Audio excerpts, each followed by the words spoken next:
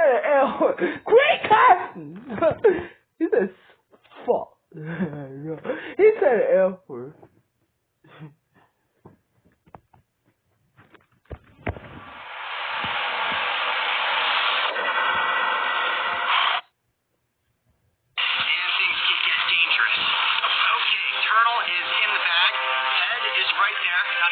Fight through the bag, so we have to be extreme. The world of snapping turtles. The alligator snapping turtle. So, you said this is between the common snapping turtle and the alligator snapping turtle. I'm Cody Peterson, and today we're going to show you the difference between the common snapping turtle and the alligator snapping turtle. Uh-oh.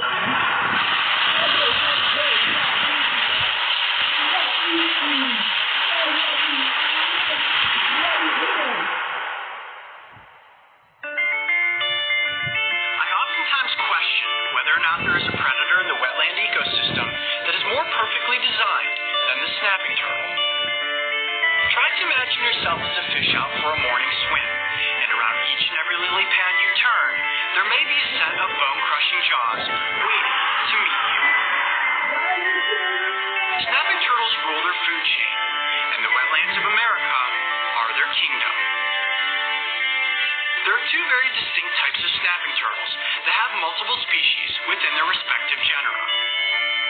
To keep it simple, we will talk generically about the common snapping turtle, which grows to an average weight of 30 pounds and is native to nearly the entire eastern half of the United States, parts of Mexico, and Central America.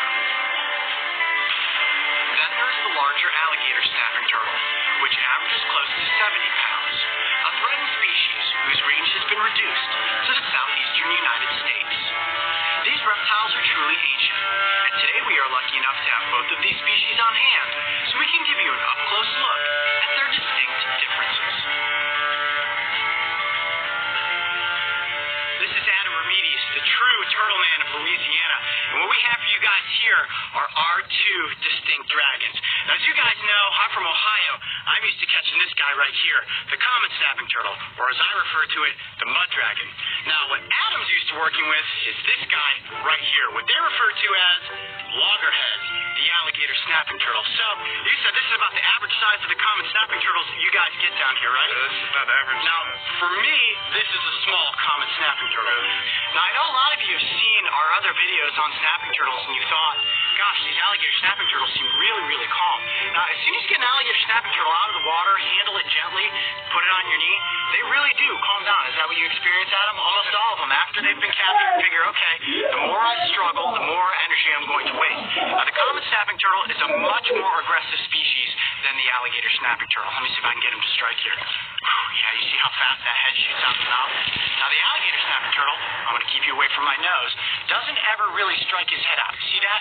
He'll open his mouth up wider and say, go ahead, get your hand close to those scissor-like jaws, but he's not even going to actually strike. You see that? I can get my hand all the way in front of his face. I don't recommend you ever try that at home with either of these turtle species, but the point I'm trying to prove is that the common snapping turtle is much more aggressive than the alligator snapping turtle. The one major difference between all snapping turtles that makes them separate from other turtle species is that they cannot tuck their extremities into their shell. You see how small the plastron is on both the common and the alligator snapping turtle. You have all of this exposed muscle, and that's why they've developed these incredible defensive techniques. And you see both turtles have their mouths open right now, both of them ready to bite if we get our fingers too close. But look at the bite spread on the alligator snapping turtle as compared to the common snapping turtle. Huge difference there. Alligator snapping turtles hunt by laying on the bottom of slow-moving creeks and rivers with that little worm-like appendage. You see that right there at the base of his mouth? Looks just like a worm. Now, that's how these turtles hunt because they're ambush predators. Common snapping turtles are nomadic predators, which means that they're going to move about in a body of water looking for their prey, actually hunting it down before they catch it, kill it. Now, the carapace is the top of the shell, and you can see that the common snapping turtle has a much smoother appearance as compared to the spiky appearance of the alligator snapping turtle. Common snapping turtles typically inhabit ponds like you see behind us, and alligator snapping turtles are usually found in slow-moving creeks and rivers. Now, the common snapping turtles have these large, pointy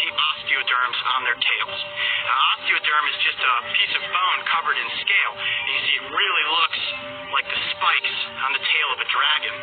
You see, the osteoderms on the alligator snapping turtle are a lot smaller, and as these turtles grow and their tails get bigger, the osteoderms actually get smaller, which is the opposite with common snapping turtles.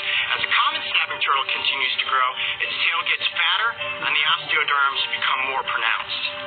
Now, if you look at the nose of the common snapping turtle, it's short and blunt. The nose of the alligator snapping turtle is much longer. And these turtles, all they need to do is stick their heads up out of the water, body stays completely submerged. They can use those little eyes as periscopes looking around, get a breath of air, and then disappear back down into the murky abyss. Wow, this is pretty cool. I hope you guys enjoyed this, getting the chance to see a common snapping turtle compared to an alligator snapping turtle. Adam, thanks for getting us up close with these turtles. We're going to put them back into the wild. Then we're going to go look for some monsters, aren't we? All right, tonight we're heading out into the creeks to look for dragons. Snapping turtles have been on the planet since the late Cretaceous period, dating back nearly 70 million years in the fossil record. Despite whether or not you think they are the perfect aquatic predator, I think we can all agree that these enormous turtles are about as prehistoric as it gets.